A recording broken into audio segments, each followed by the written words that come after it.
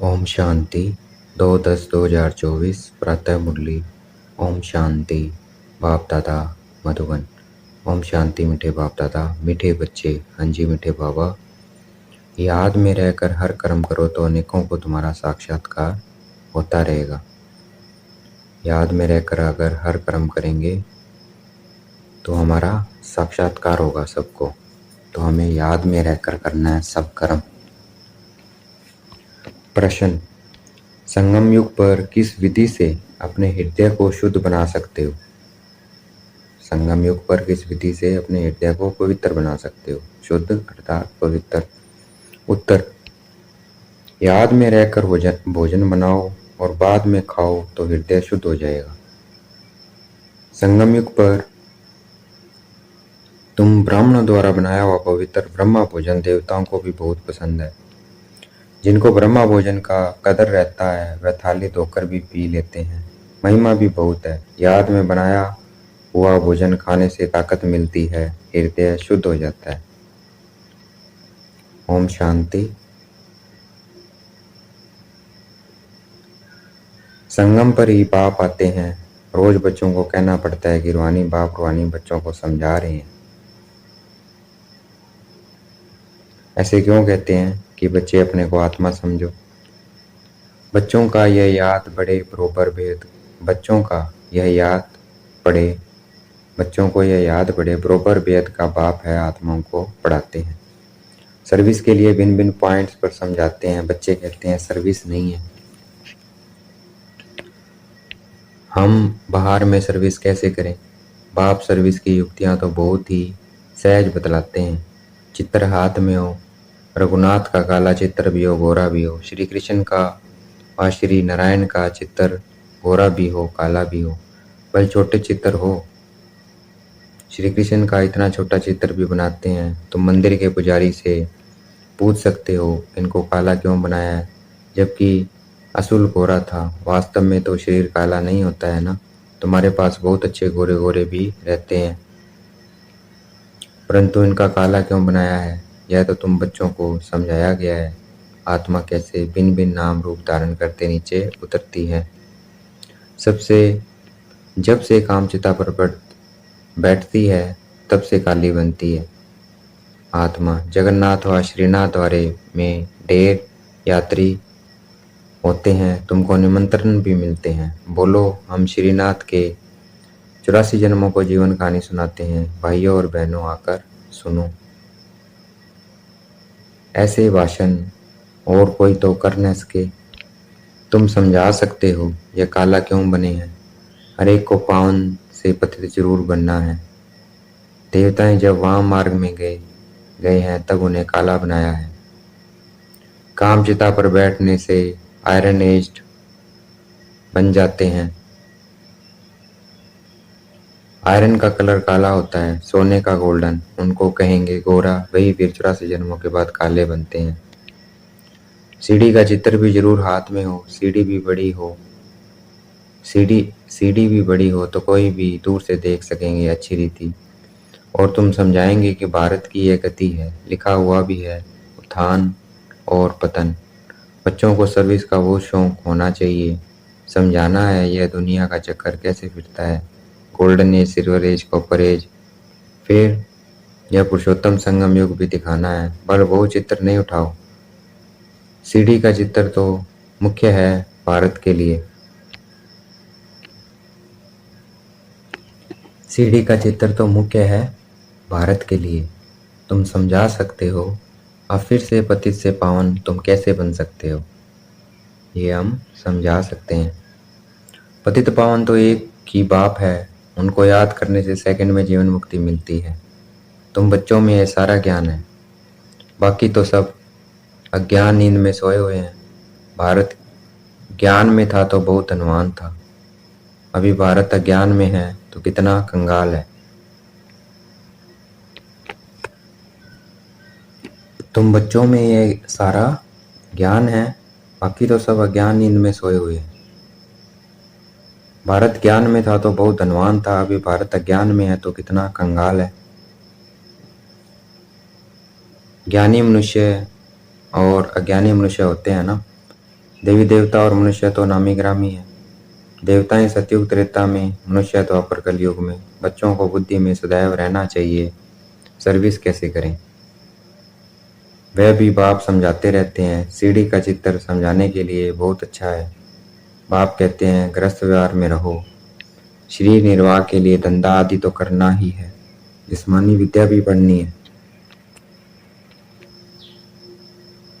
बाबा ने कहा गृहस्थ व्यवहार में रहो, शरीर निर्वाह के लिए धंधा आदि तो करना ही है, जिस्मानी विद्या भी पढ़नी है। बाकी जो टाइम मिले तो सर्विस के लिए ख्याल करना चाहिए। हम औरों का कल्याण कैसे करें। सर्विस करनी चाहिए कि हम औरों का कल्याण कैसे करें। यहाँ तो तुम बहुतों का कल्याण नहीं कर सकते हो, यहाँ तो आते हो बाप की मुरली सुनने, इसमें ही जादू है। बाप को जादूगर कहते हैं ना, गाते भी हैं मुरली तेरी में है जादू। तुम्हारे मुख से जो मुरली बजती है उसमें जादू है। मनुष्य से देवता बन जाते हैं, ऐसा कोई जादूगर होता नहीं है सिवाय बाप के। गायन भी है मनुष्य से देवता किए करत लागी नवार। पुरानी दुनिया से नई दुनिया होनी जरूर है, पुरानों का विनाश भी जरूर होना है। इस समय तुम राजयोग सीखते हो तो जरूर राजा भी बनना है। अभी तुम बच्चे समझते हो 84 जन्मों के बाद फिर पहला नंबर जन्म चाहिए, क्योंकि वर्ल्ड की हिस्ट्री ज्योग्राफी रिपीट होती है। सतयुग त्रेता जो भी होकर गया है सो फिर रिपीट होना जरूर होना है। तुम यहाँ बैठे हो तो भी बुद्धि में यह याद करना है कि हम वापस जाते हैं, वे सतो प्रधान देवी देवता बनते हैं। उनको देवता कहा जाता है। अभी मनुष्य में देवी गुण नहीं है, तो सर्विस तुम कहाँ भी कर सकते हो। कितना भी धंधा आदि हो, गृहस्थ व्यवहार में रहते भी कमाई करते रहना है। इसमें मुख्य बात है पवित्रता की। प्योरिटी है तो पीस प्रॉस्पेरिटी है। कंप्लीट प्योर बन गए तो फिर यहाँ नहीं रह सकते, क्योंकि हमको शांति धाम जरूर जाना है। आत्मा प्योर बन गई तो फिर आत्मा को इस पुरानी शरीर के साथ नहीं रहना है। यह तो इम्प्योर है ना, 5 तत्व ही इम्प्योर है, शरीर भी इनसे ही बनता है। इनको मिट्टी का पुतला कहा जाता है। 5 तत्वों का शरीर एक खत्म होता है, दूसरा बनता है। आत्मा तो है ही, आत्मा कोई बनने की चीज नहीं है। शरीर पहले कितना छोटा फिर कितना बड़ा होता है, कितने ऑर्गन्स मिलते हैं जिससे आत्मा सारा पार्ट बजाती है। दुनिया ही वंडरफुल है। सबसे वंडरफुल है बाप, जो आत्माओं का परिचय देते हैं। हम आत्माएं कितनी छोटी हैं, आत्मा प्रवेश करती है। हर एक चीज वंडरफुल है। जानवरों के शरीर आदि कैसे बनते हैं, वंडर है ना। आत्मा तो सब में वही छोटी है। हाथी कितना बड़ा है, उनमें इतनी छोटी आत्मा जाकर बैठती है। बाप तो मनुष्य जन्म की बात समझाते हैं। मनुष्य कितने जन्म लेते हैं, 84 लाख जन्म तो है नहीं, समझाया है। जितने धर्म है उतनी वैरायटी बनती है। हर आत्मा कितने फीचर्स का शरीर लेती है, वंडर है ना। फिर जब चक्कर रिपीट होता है, हर जन्म में फीचर्स नाम रूप आदि बदल जाते हैं। ऐसे नहीं कहेंगे कृष्ण काला कृष्ण गोरा, नहीं। उनकी आत्मा पहले गोरी थी, फिर 84 जन्म लेते लेते काली बनती है। तुम्हारी भी आत्मा भिन्न भिन्न फीचर्स, भिन्न भिन्न शरीर लेकर पाठ बजाती है। यह भी ड्रामा है। तुम बच्चों को कभी भी कोई फिक्रात नहीं होनी चाहिए। सब एक्टर्स हैं, एक चीज छोड़ दूसरा लेकर फिर पाठ बजाना ही है। हर जन्म में संबंध आदि बदल जाता है। तो बाप समझाते हैं यह बना बनाया ड्रामा है। आत्मा ही 84 जन्म लेते लेते तमो प्रधान बनी है। अब फिर आत्मा को सतो प्रधान बनना है। पावन तो जरूर बनना है। पावन सृष्टि थी, अब पतित है, फिर पावन होनी है। सतो प्रधान तमो प्रधान अक्षर तो है ना। सतो प्रधान सृष्टि, फिर सतो रजो तमो सृष्टि। अभी जो तमो प्रधान बने हैं वही फिर सतो प्रधान कैसे बने, पतित से पावन कैसे बने। बरसात के पानी से तो पावन नहीं बनेंगे। बरसात से तो मनुष्य का मौत भी हो जाता है, फ्लड्स हो जाती है तो कितने डूब जाते हैं। अभी बाप समझाते रहते हैं सब खंड नहीं रहेंगे। नेचुरल क्लाइमेटीज भी मदद देगी। कितने ढेर मनुष्य जानवर आदि बह जाते हैं। ऐसे नहीं कि पानी से पावन बन जाते हैं, वह तो शरीर चला जाता है। शरीर को तो पतित से पावन नहीं बनना है।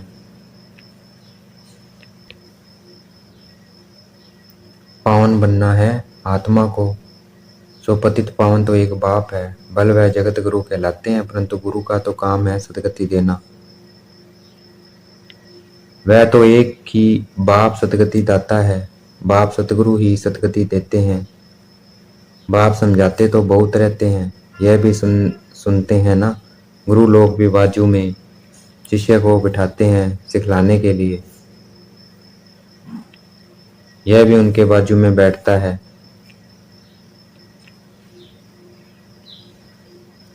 बाप समझाते हैं तो यह भी समझाते होंगे ना, इसलिए गुरु ब्रह्मा नंबर 1 में जाता है। शंकर के लिए तो कहते हैं आंख खोलने से भस्म कर देते हैं, फिर उनको तो गुरु नहीं कहा जाए, फिर भी बाप कहते हैं बच्चों माँ में कम याद करो। कई बच्चे कहते हैं इतने धंधादौरी की फिक्रात में रहते हैं, हम अपने को आत्मा समझ बाप को कैसे याद करें। बाप समझाते हैं प्रवृत्ति मार्ग में भी तुम हे ईश्वर हे भगवान क्या याद करते हो ना। भक्ति मार्ग में भी बाप समझाते हैं भक्ति मार्ग में भी तुम हे ईश्वर हे भगवान क्या याद करते हो ना। याद तब करते हो जब कोई दुख होता है, मरने समय भी कहते हैं राम राम बोलो। बहुत संस्थाएं हैं जो राम नाम का दान देती है, जैसे तुम ज्ञान का दान देते हो, वह फिर कहते हैं राम बोलो राम बोलो।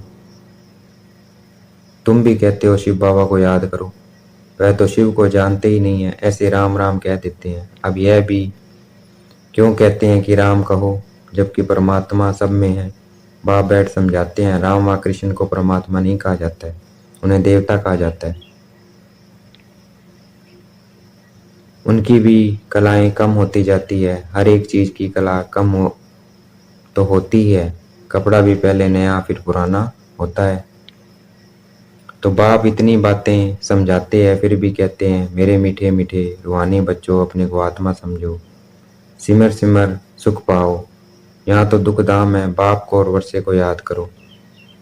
याद करते करते अथाह सुख पाएंगे, कलह क्लेश बीमारी आदि जो भी हैं सब छूट जाएंगे। तुम 21 जन्मों के लिए निरोगी बन जाते हो।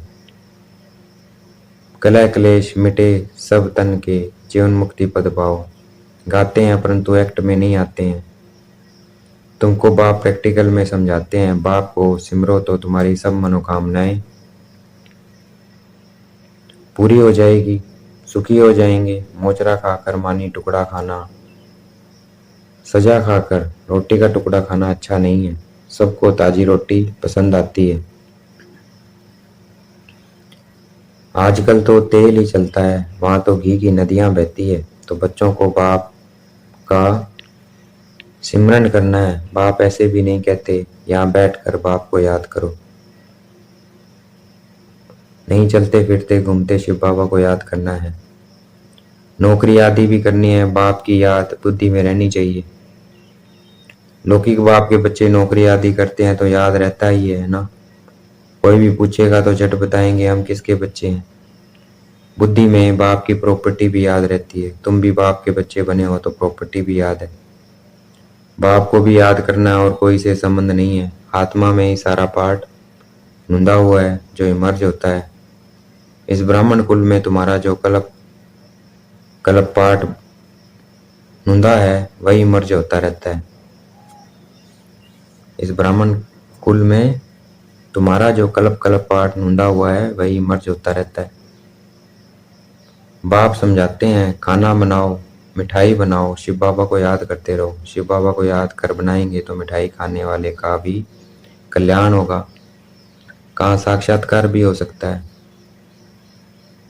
ब्रह्मा का भी साक्षात्कार हो सकता है। शिव धन पड़ता है तो ब्रह्मा का, श्री कृष्ण का, शिव का साक्षात्कार कर सकते हैं।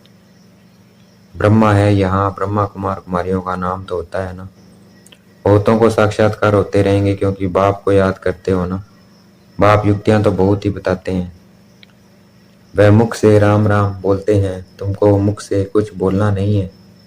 जैसे वह लोग समझाते हैं गुरु नानक को भोग लगा रहे हैं, तुम भी समझते हो हम शिव बाबा को भोग लगाने के लिए बनाते हैं।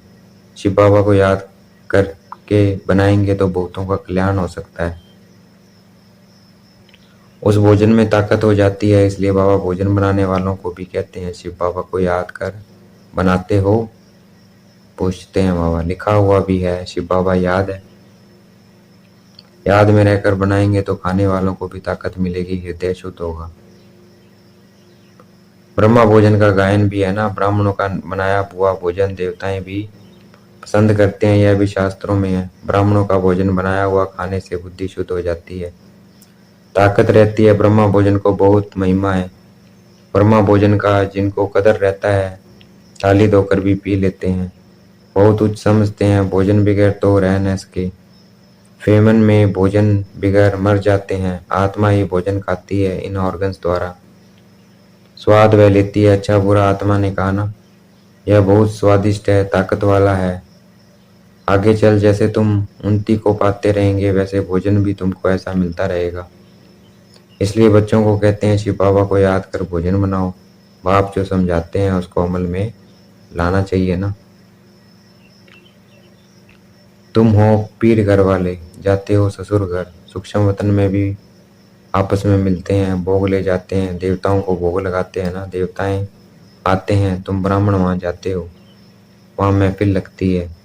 अच्छा देखेंगे बाप दादा याद प्यार दे रहे हैं, मीठे मीठे सिकलते बच्चों प्रति माता पिता बाप दादा का याद प्यार और गुड मॉर्निंग। रूहानी बाप की रूहानी बच्चों को नमस्ते। हमें भी याद प्यार देना है। हम रूहानी बच्चों की रूहानी बाप दादा को दिलवा जान शिकवा प्रेम से बेहद का याद प्यार और नमस्ते।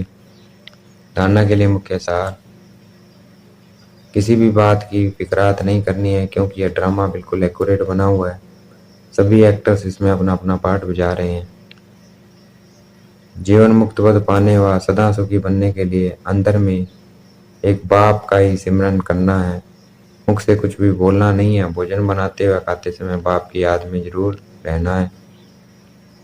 देखेंगे बाप दादा ने मस्तक पे हाथ रखा हुआ है, वरदान दे रहे हैं। स्वार्थ ईर्ष्या और चिड़चिड़ेपने से मुक्त रहने वाले क्रोध मुक्त भव।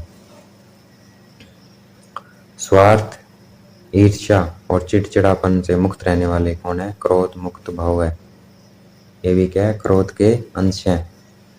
तो जो इनसे मुक्त है वो क्रोध मुक्त। तो बाबा ने वरदान दे दिया है, अब हमें बनना है। कोई भी विचार भले दो, सेवा के लिए स्वयं को ऑफर करो, लेकिन विचार के पीछे उस विचार को इच्छा के रूप में बदली नहीं करो। जब संकल्प इच्छा का रूप में बदलता है तब चिड़चिड़ापन आता है, लेकिन निस्वार्थ होकर विचार दो, स्वार्थ रख कर नहीं। मैंने कहा तो होना ही चाहिए, ये नहीं सोचो। ऑफर करो, क्यों क्या मैं नहीं आऊं? नहीं तो ईर्ष्या घृणा एक एक साथ साथ आते हैं। घृणा साथ आते हैं। स्वार्थ या ईर्ष्या के कारण भी क्रोध पैदा होता है। अब इससे भी मुक्त बनो। आज का स्लोगन है शांति दूत बन, सबको शांति देना ही आपकी ऑक्यूपेशन है। शांति दूत बन, सबको शांति देना यही आपका ऑक्यूपेशन है। अच्छा ओम शांति। शुक्रिया मीठे बाबा, शुक्रिया।